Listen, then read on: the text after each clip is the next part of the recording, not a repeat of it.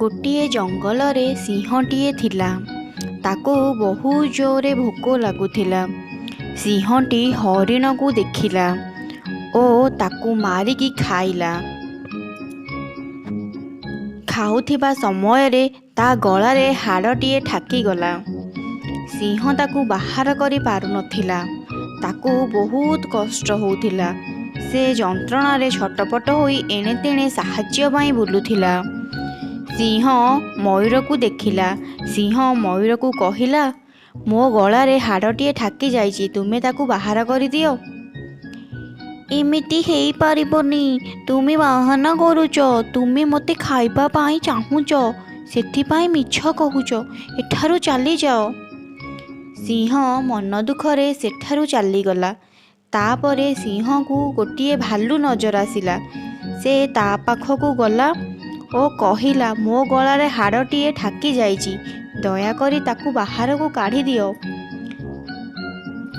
ଭାଲୁ କହିଲା କି, ମୁଁ ବହୁତ ଥକି ଯାଇଛି, ମୋତେ ବହୁତ ନିଦ ଲାଗୁଛି, ତୁମେ ଏଠାରୁ ଚାଲିଯାଅ, ମୁଁ ତୁମର କୌଣସି ସାହାଯ୍ୟ କରିପାରିବି ନାହିଁ।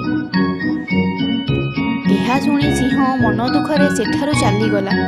କିଛି ବାଟ ଗଲା ପରେ ତାକୁ ଗୋଟିଏ ହାତୀ ଦେଖାଗଲା। ହାତୀ ଗୋଟିଏ ଆମ୍ବ ଗଛ ତଳେ ଥିଲା।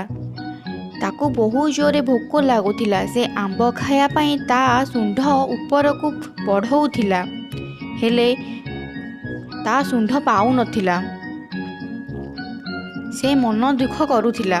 ସେହି ସମୟରେ ସିଂହ ତା ପାଖକୁ ଗଲା ଓ କହିଲା, ମୁଁ ତୁମକୁ ସାହାଯ୍ୟ କରିବି, କିନ୍ତୁ ପ୍ରଥମେ ତୁମେ ମୋତେ ସାହାଯ୍ୟ କର। ହାତୀ ଏହା ଶୁଣି କହିଲା, ମୁଁ ତୁମକୁ କ'ଣ ସାହାଯ୍ୟ କରିପାରିବି? ସିଂହ କହିଲା, ମୋ ଗଳାରେ ହାଡ଼ଟିଏ ଠାକି ଯାଇଛି, ଦୟାକରି ତୁମେ ତାକୁ ବାହାର କରିଦିଅ, ତାପରେ ମୁଁ ତୁମକୁ ସାହାଯ୍ୟ କରିବି। ହାତୀ ରାଜି ହୋଇଗଲା ଓ ତା ଶୁଣ୍ଢରେ ସିଂହର ଗଳାରୁ ହାଡ଼ ବାହାର କରିଦେଲା। ସିଂହ ଯନ୍ତ୍ରଣା କମିଗଲା ଓ ସେ ଖୁସି ହୋଇ ଗଛ ଉପରେ ଚଢ଼ି ଆମ୍ବ ପାରିଦେଲା।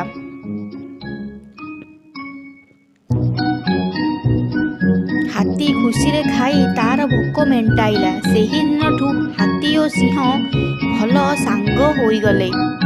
ଶିକ୍ଷା, କୌଣସି ବିପଦ କହିକି ଆସେ ନାହିଁ, ସେଥିପାଇଁ ଆମେ ସମସ୍ତଙ୍କ ସହିତ ମିଳିମିଶି